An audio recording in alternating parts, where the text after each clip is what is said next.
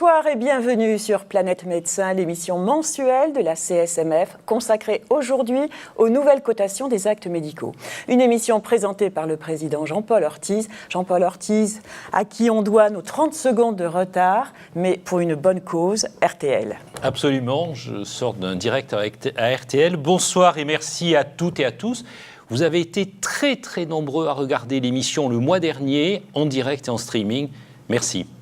Alors vous commencez à bien connaître le principe de cette émission et ses deux parties. La première consacrée à l'actualité, la deuxième à un dossier. Et ce soir, nous allons débattre de la nouvelle cotation des actes médicaux. Et là, Jean-Paul, il y a beaucoup de choses à vous expliquer. Oui, je vous rappellerai comment la CSMF avait fait une proposition pour hiérarchiser les consultations. Le dispositif mis en place, malheureusement, dénature notre proposition initiale. Il est très limité, opaque et terriblement difficile à utiliser. Mais nous avons une obligation de comprendre ces nouvelles règles. On va essayer de s'y employer ce soir. Enfin, nous sommes en direct, comme vous l'avez constaté, et nous répondrons donc à toutes les questions que vous poserez grâce à la boîte de dialogue située en dessous de votre écran. Jean-Paul, je vous laisse présenter nos invités de ce soir. Deux invités, le docteur Jean-Pierre Binon, médecin cardiologue à Désertines dans l'Allier, et le docteur Alain Leclerc, médecin généraliste à Limeil-Brévannes dans le Val-de-Marne. Messieurs, bonsoir. Et maintenant, bonsoir. Place à l'actualité.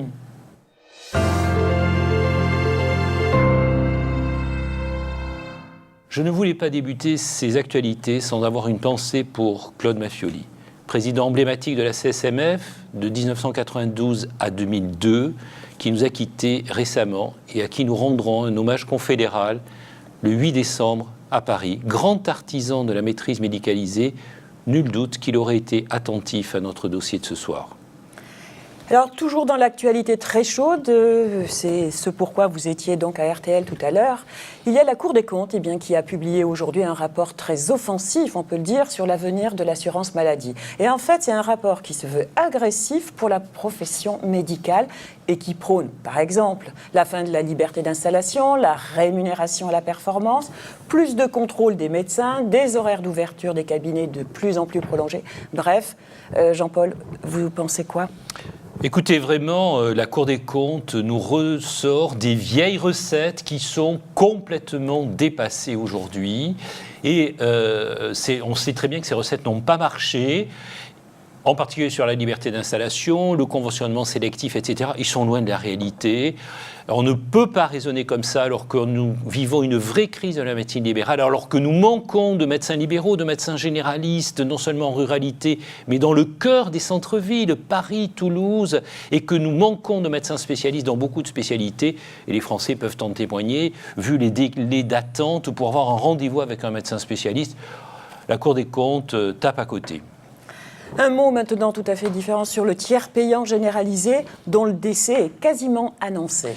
La CSMF se félicite de cette victoire après un long combat contre le tiers payant généralisé pour tout et pour tous. J'ai bien noté que la ministre a clairement dit que le tiers payant ne sera pas obligatoire, qu'il restera possible et qu'il devrait être techniquement facile. Un mot aussi, Jean-Paul, sur le fonds d'innovation. Ce fonds d'innovation sera doté de 30 millions d'euros. C'est peu, mais c'est un début. Il vous appartient maintenant, vous les médecins de terrain, de vous en emparer pour mieux organiser la prise en charge de la population sur un territoire. Car il s'agit surtout d'un fonds d'innovation organisationnel. Nous réfléchissons à la CSMF sur les modalités d'organisation et de paiement. Enfin, dernier sujet de ces actualités, la télémédecine. La télémédecine est en train d'exploser partout et de façon désordonnée. Il nous appartient de l'organiser et de mettre en place une prise en charge par l'assurance maladie. On ne pourra pas tout financer ainsi, mais la téléconsultation et la téléexpertise doivent être priorisées. Il est clair que ce qui est prévu dans la loi de financement de la sécurité sociale cette année n'est qu'une première étape dans l'évolution importante à venir de l'exercice de notre métier. La télémédecine qui sera le thème de notre prochaine émission. Alors attention, en raison des fêtes de Noël, Planète Médecin aura lieu exceptionnellement, non pas le dernier mercredi du mois comme vous en avez pris l'habitude, mais le mercredi 20 décembre. Alors voilà pour l'actualité, place maintenant au dossier du mois.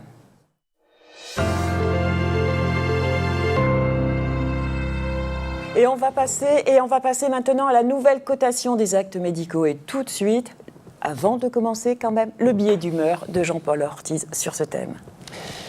La CSMF réfléchit à la hiérarchisation de la consultation depuis de nombreuses années, notamment pour la revalorisation des tarifs des spécialités cliniques.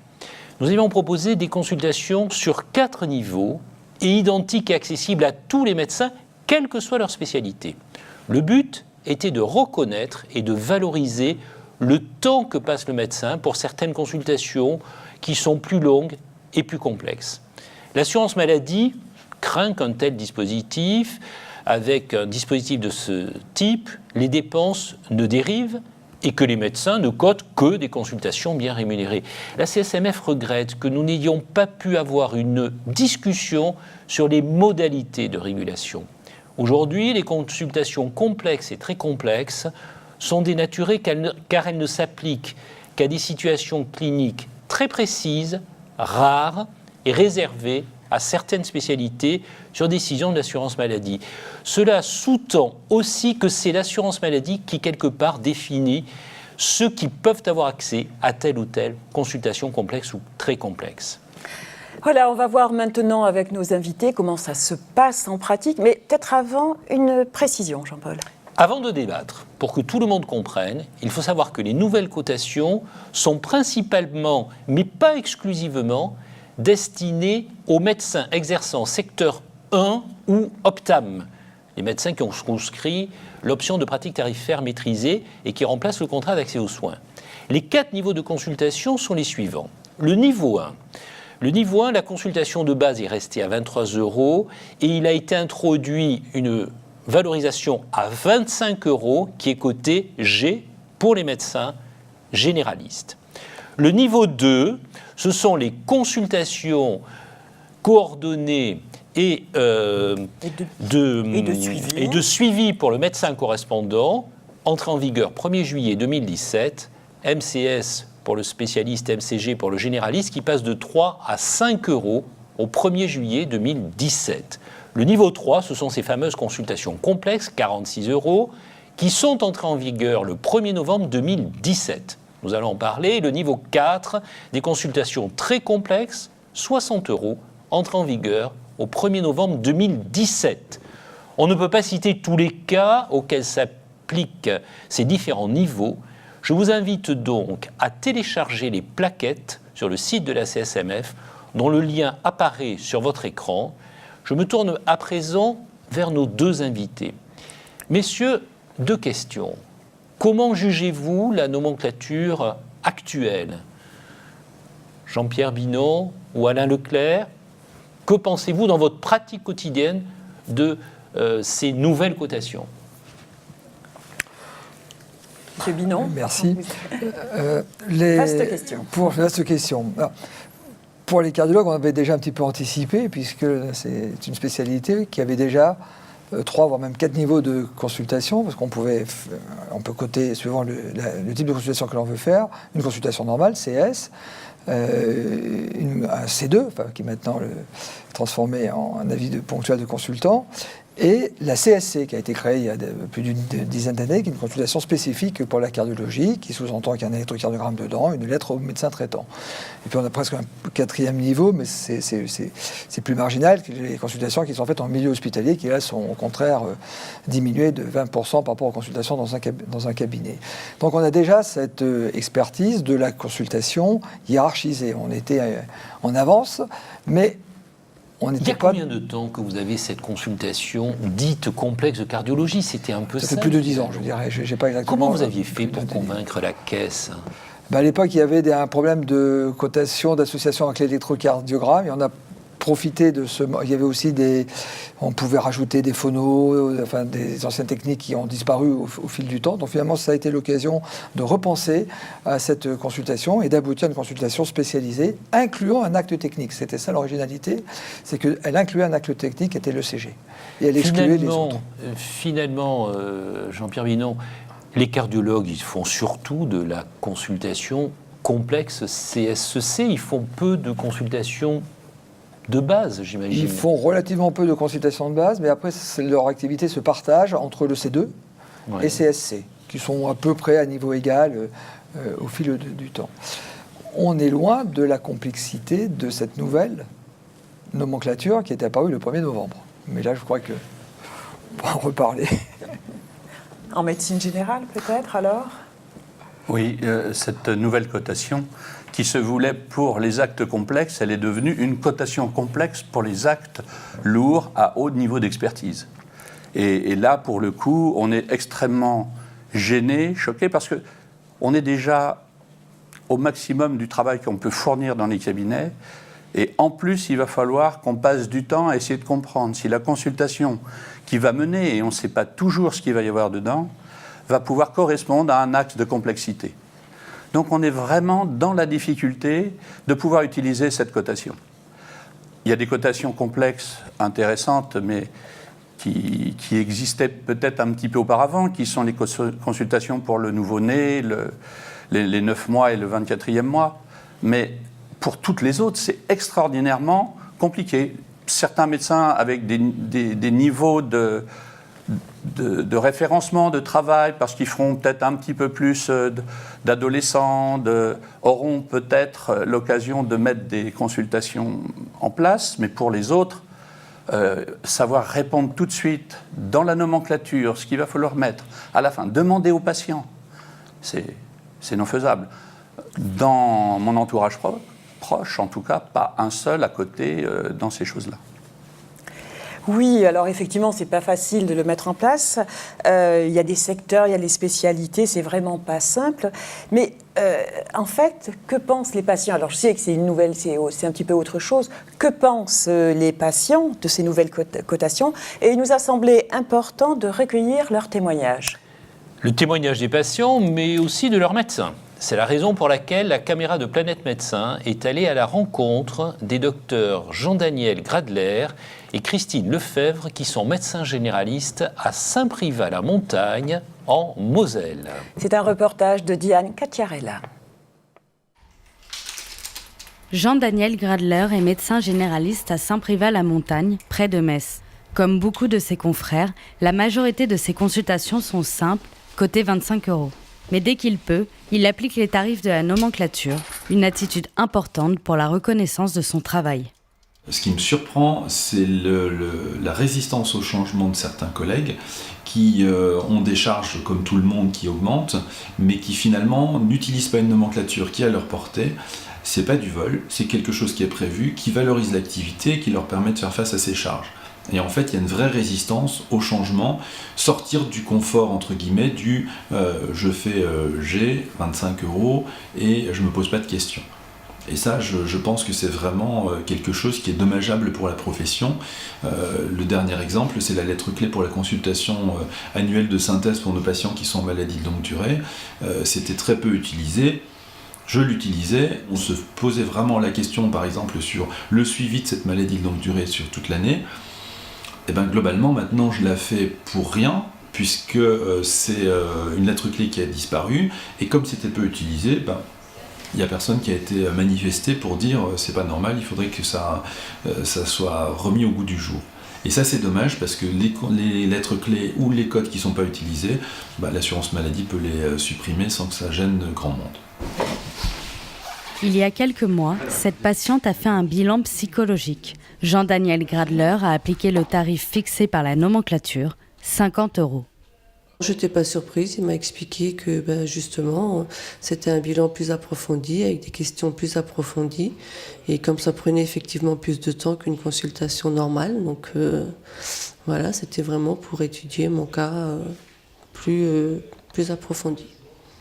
S'il faut payer plus, je paye plus, s'il faut payer moins, je paye moins, et puis voilà. Ils ont des barèmes, il faut les respecter, et puis c'est tout, c'est un travail difficile, c'est un travail pesant, ça leur prend beaucoup de temps dans la journée, donc voilà, ils méritent leur salaire. La nomenclature n'est pas toujours avantageuse pour les médecins généralistes, aussi bien d'un point de vue pratique que financier, comme le précise Christine Lefebvre, médecin généraliste dans le même cabinet.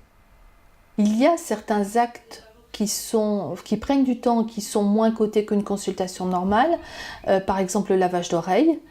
C'est vrai que si on cote ce qui est prévu par la CCAM, on a un acte qui coûte moins cher qu'une consultation normale. L'application des tarifs est compliquée par rapport à ces lettres clés qui sont complexes. Par exemple, le frottis, c'est JKHD, je ne sais plus, c'est 001 ou 3 aussi. Donc je revérifie sur mon ordinateur à chaque fois pour faire le bon. Alors par contre, si c'était juste marqué frottis de dépistage, ce serait plus simple. La carte vitale, on interroge. Pour alléger cette charge, notamment lors des visites à domicile, les médecins peuvent aussi vérifier les tarifs via leur téléphone sur des applications spécialisées.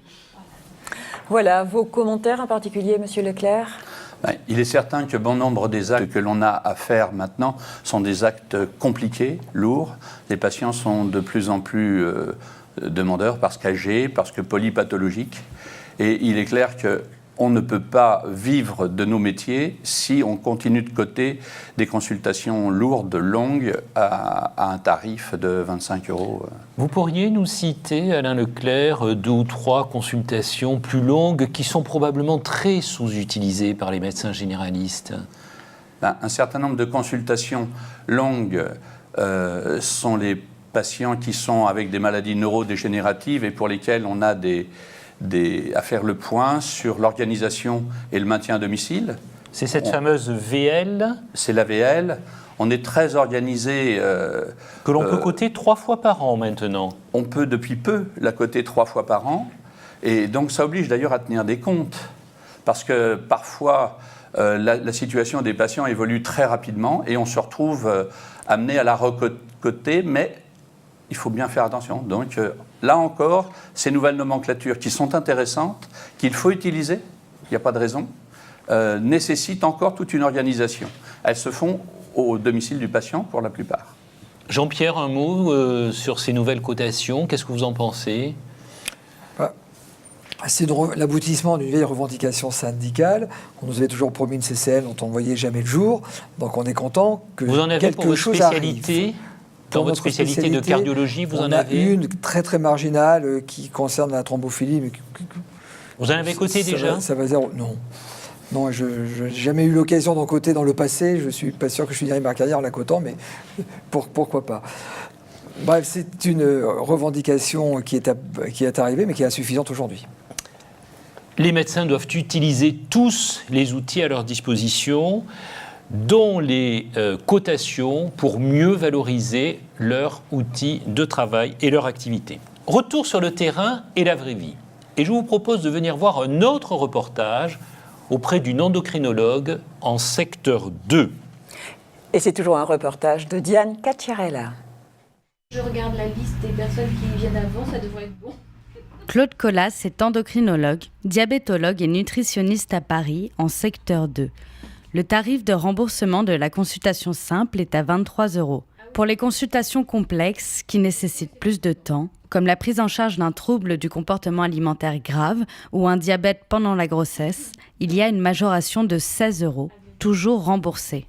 Aujourd'hui, on reconnaît partiellement, c'est tout à fait insuffisant, mais partiellement, ce contenu de nos consultations longues, d'expertise et de soutien aux patients qui ont besoin, lorsqu'ils entrent dans une maladie chronique, d'être écoutés et accompagnés. Pour l'instant, le système de cotation est un petit peu réduit, c'est-à-dire ce sont des cibles partielles de nos consultations. Les patients qui viennent me voir sont remboursés sur la base de 23 €, ce qui est parfois plus petit ou plus bas que le tarif d'un médecin généraliste qui pourrait revendiquer un meilleur remboursement. Donc c'est très important qu'il y ait une revalorisation pour nos consultations complexes pour que les patients soient mieux remboursés. Quand la consultation est définie comme complexe par la nomenclature, les actes sont cotés plus cher et remboursés.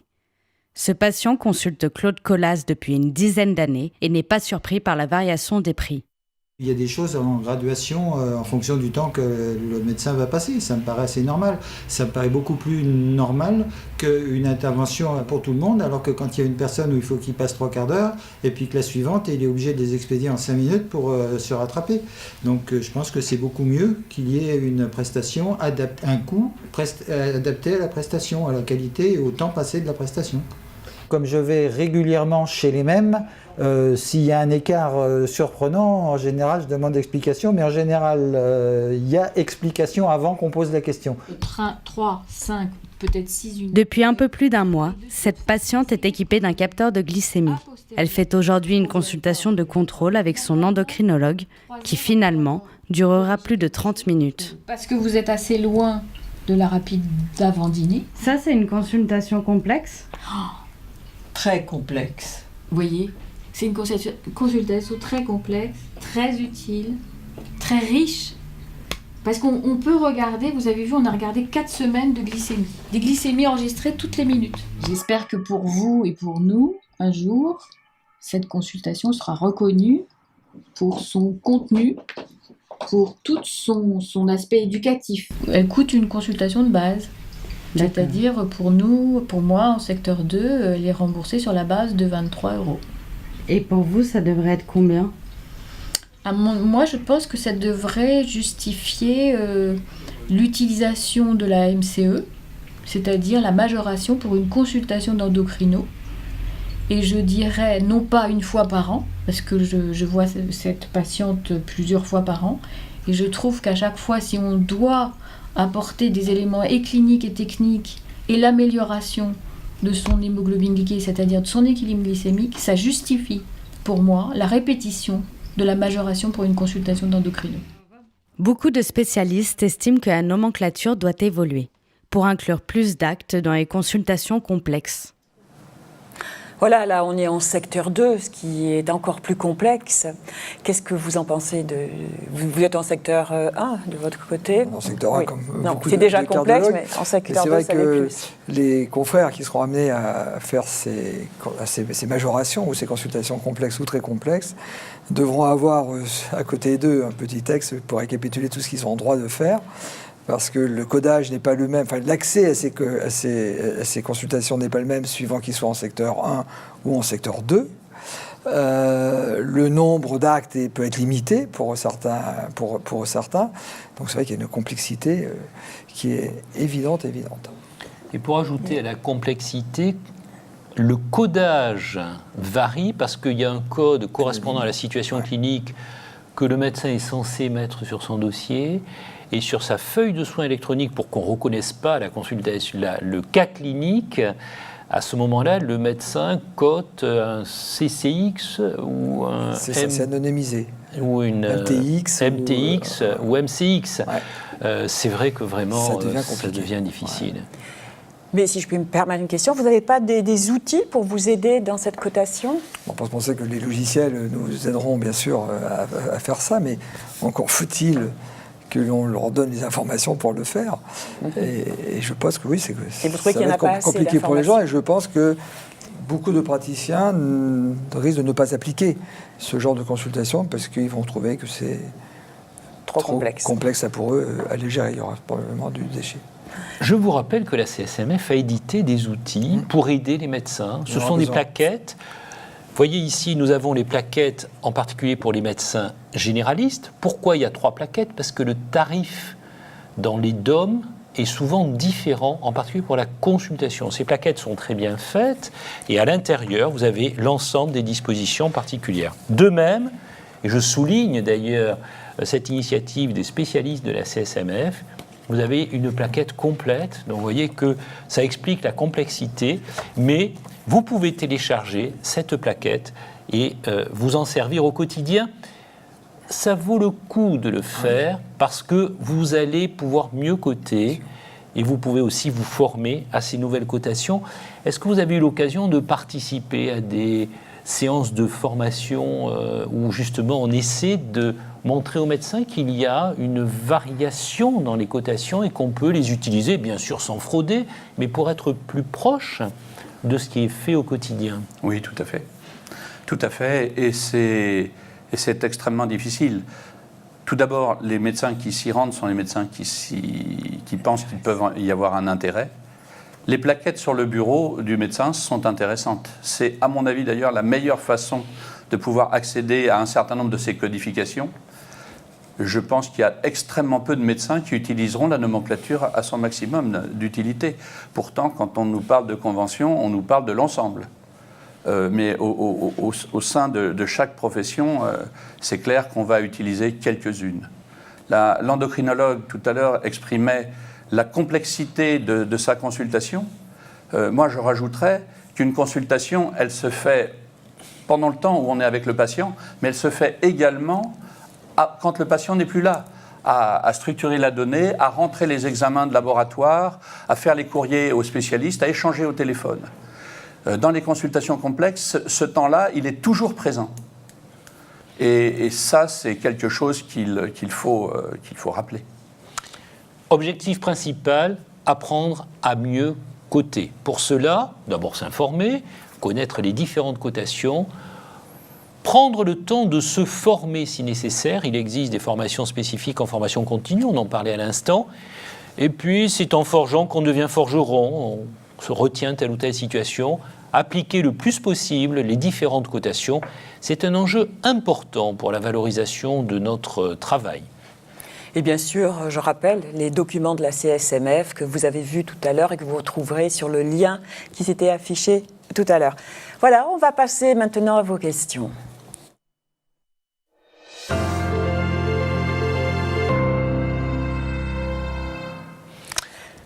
Alors, les questions qu'on retrouve ici. Alors, tout d'abord, quand même, tout seigneur, tout honneur, je peux vous féliciter. Il y a plusieurs médecins qui le font à travers les questions. C'est un peu anonyme, mais je l'ai trouvé effectivement très bon. C'était sur RTL et il y a plusieurs questions, plusieurs réponses, plusieurs médecins qui disent ça. Allez, on va... Alors, une première question pour Jean-Pierre Binon. Je suis dermatologue, j'ai vu 2 ou 3 situations où je pouvais appliquer une cotation très complexe. Comment je fais en pratique ? Alors en pratique, si je suis dermatologue, j'ai ma plaquette de la CSMF UMSP à côté de moi. Je regarde si la consultation que je fais peut bien rentrer dans le champ d'application d'une consultation complexe ou très complexe. Je regarde si je suis dans un secteur où je peux appliquer cette majoration. Et après, en effet, j'applique cette majoration avec le code afférent qui ne va pas être le même, probablement, que le code qui va être envoyé à la caisse d'assurance maladie. Alors, prenons un exemple. Prise en charge d'un cas d'infection par le VIH pour information initiale, une seule fois. Sur le dossier médical qui définit ce cas, vous cotez PIV. Et sur la feuille de soins papier ou électronique, vous devez coter CS plus MPC plus MCS plus MTX. Et donc, ça vaut 60 €. 60 € au total. Bravo, vous avez le droit de la coter. Merci. Alors, il y a d'autres questions qui arrivent quand même. Alors, Alain Leclerc. D'autres questions. Si un enfant est adressé par un confrère généraliste pour une consultation longue et complexe, on ne peut appliquer le GS plus MCG s'il n'est pas enregistré en ayant choisi un médecin traitant ? Je ne crois pas que ça pose de problème. La spécialisation pour les enfants ne sont pas encore officiellement tenus au statut de médecin traitant. Les adultes, oui. Les enfants, il y a encore cette Ce qui veut dire que si vous, en tant que médecin généraliste, vous n'êtes pas le médecin traitant et que vous voyez un enfant et que vous faites une liaison avec son médecin traitant, qui peut être un pédiatre par exemple, ce qui arrive quand même relativement souvent, vous pouvez coter une majoration de coordination, à condition d'informer le médecin traitant pédiatre, dans l'exemple dont je parlais, de la cause pour laquelle vous avez vu cet enfant. Il n'est pas question de ne pas rester dans la confraternité et dans le suivi idéal de l'enfant, bien sûr. Nous avons d'ailleurs beaucoup de retours des pédiatres. N'est-il pas scandaleux que les consultations du pédiatre n'aient pas été mieux revalorisées ? Un pédiatre ne peut pas recevoir plus de 20 patients par jour. La consultation par un pédiatre d'un enfant obèse ou d'un enfant énurétique, 45 minutes, ne justifie-t-il pas une valorisation ? Oui, bien sûr, 3 fois oui, parce que ce sont des consultations longues qui ont été mal valorisées. Des consultations par un pédiatre, toujours d'un enfant obèse également. Alors on en parlait tout à l'heure, pour l'enfant obèse, c'est donc Je l'ai déjà oublié. 2 fois par an. Une consultation donc pour le suivi d'un enfant obèse de 3 à 12 ans, c'est la CSO, qui vaut maintenant 46 € et qui effectivement peut être cotée 2 fois par an. Et alors en plus, pour respecter l'anonymat, ce qui est normal, il faut coter cette consultation CCX. Ça devient quand même très compliqué. C'est très compliqué. En plus, on rentre dans des catégories où les enfants consultent moins. Quand on sort des consultations obligatoires du jeune enfant, c'est extrêmement difficile de pouvoir accrocher les enfants dans le suivi ultérieur. Et donc de pouvoir en plus récupérer avec un réel résultat sociétal les problèmes de surpoids, c'est un peu compliqué de pouvoir, au coup par coup, coter 46 € 2 fois par an pour des patients qui souvent sont un petit peu dans la difficulté et qui ne vont peut-être pas revenir aussi souvent qu'il conviendrait. Alors nous avons une question sur la majoration post-sortie d'hôpital. Peut-on l'appliquer pour n'importe quelle pathologie ? Non, il y a 2 cas. Les suites de sortie pour insuffisance cardiaque et puis pour les maladies complexes. Voilà, les patients polypathologiques. MSH, oui. Tout à fait. Qui présentent une altération d'autonomie et qui nécessite un suivi médical. Et cette majoration, elle est bien sûr applicable une fois après la sortie. Elle est cumulable avec le G ou le VG. Elle est cumulable avec le G, le VG et le MD. Et le MD, tout à fait. Et elle se cote ? Elle se cote, c'est MSH. 46 plus ID quand il y a l'ID. Ou les IK pour les gens en province. Tout à fait. Alors, autre question, plutôt pour Jean-Pierre Binon. On ne peut pas appliquer l'APC à 48 € si on doit revoir le patient adressé avant 4 mois. Alors, les règles d'application de cette consultation ponctuelle de consultant. Alors, la règle, c'est qu'on ne peut l'appliquer que 3 fois par an, tous les 4 mois. Si on doit revoir le patient pour la même raison, on ne peut pas rappliquer à ce moment-là, avant 4 mois, un APC. Si par contre, on voit le patient pour une autre raison, là, on peut éventuellement remettre le compteur à 0 et repartir sur un APC. Mais après, on peut revoir, quand on revoit les consultations, on peut le voir au titre d'une consultation, enfin facturer une consultation simple. On peut faire aussi une consultation de synthèse, parce que des fois, le premier acte, on a besoin d'informations supplémentaires, de radio, de biologie. On revoit la personne, c'est une consultation. Oui, ce qui veut dire qu'on peut coter l'APC à un temps T0, demander des examens complémentaires et derrière, fin de consultation de synthèse. On cote une consultation normale, CS+. C'est ça, CS plus MPC plus MCS, mais pas d'APC. Mais pas d'APC. Et après, nous n'avons pas le droit, entre guillemets, de 4 mois. Voilà, de le recoter avant les 4 mois. OK. Je rajouterais la complexité de ces consultations, qui sont sources, on le voit bien au syndicat des cardiologues, de conflits avec les caisses dans l'interprétation de ces règles, d'autant plus quand elles viennent s'associer avec des actes CCAM. Et là, on est dans des sujets difficiles. Alors, nous avons une question pour une consultation dont on a beaucoup parlé, c'est la consultation initiale de contraception pour les jeunes patientes de 15 à 18 ans. Comment je la cote ? Alain Leclerc, comment vous cotez cette nouvelle consultation qui vient juste de se mettre en place, la consultation de la première consultation initiale de contraception de 15 à 18 ans et qui est cotée aujourd'hui. Elle vient de se mettre en place depuis le 1er novembre, c'est tout nouveau, ça vient de sortir, c'est la CCP. C'est la CCP et à 46 €. Voilà, c'est une consultation complexe à 46 €.